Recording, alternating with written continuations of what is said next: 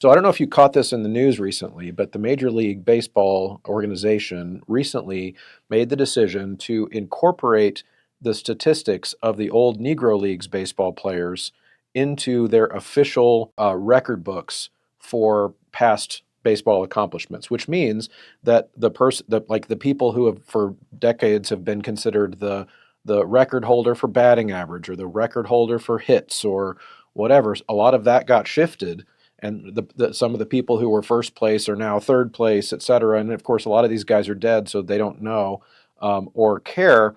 But it created a lot of controversy. And when I heard of that decision, I started thinking about this canon concept, because in a lot of ways, a major league record book is the baseball canon.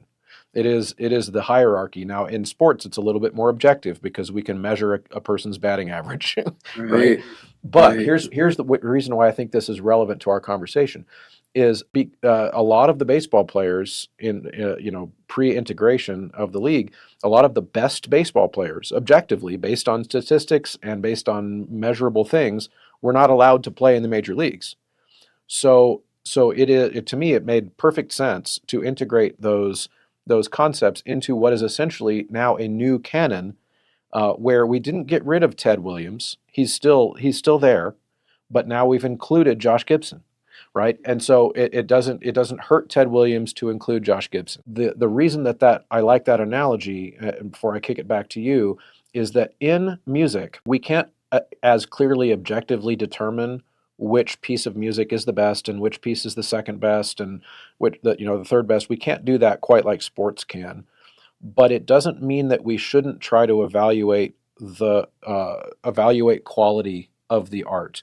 And so the way I think of the canon developing and expanding is to think about kind of the mistake on the other end of this, which is that sometimes people take that reality, which is, well, we can't decide, we can't do it objectively. So I guess we should just like not make any kind of value judgments at all. And then all music is just as good as any other music, et cetera. And I think that's harmful. So the way I think about it is, what if we were to acknowledge that there is no objective canon, but we have to teach music students something, and so we've got to decide based on something what deserves to go in the music history textbook, metaphorically, or whatever. So I think that takes me to the question of how do I program music for my choirs? How do I make programs that attempt to highlight the best music as I see it, because it's not objective, while still being as inclusive as possible of this new reality of a new genuine desire to bring music that has been previously excluded and people that have been previously excluded back into our concept of the canon.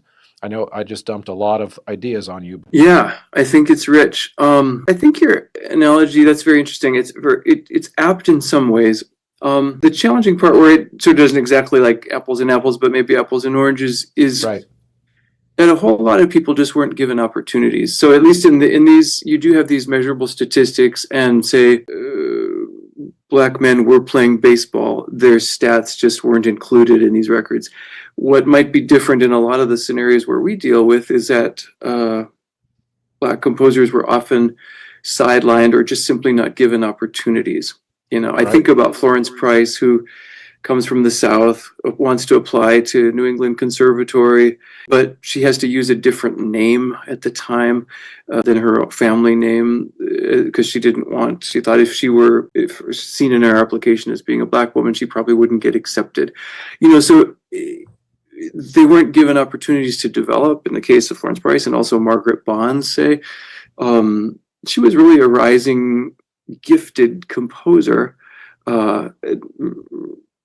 Major works with the Chicago Symphony Orchestra, and then we see all of a sudden a deliberate sidelining of this music. So there's a way in which their later works, their mature works, you can't really know for sure if they would have changed and evolved had they been given more opportunities to continue on those veins. So Yeah, that's a good point.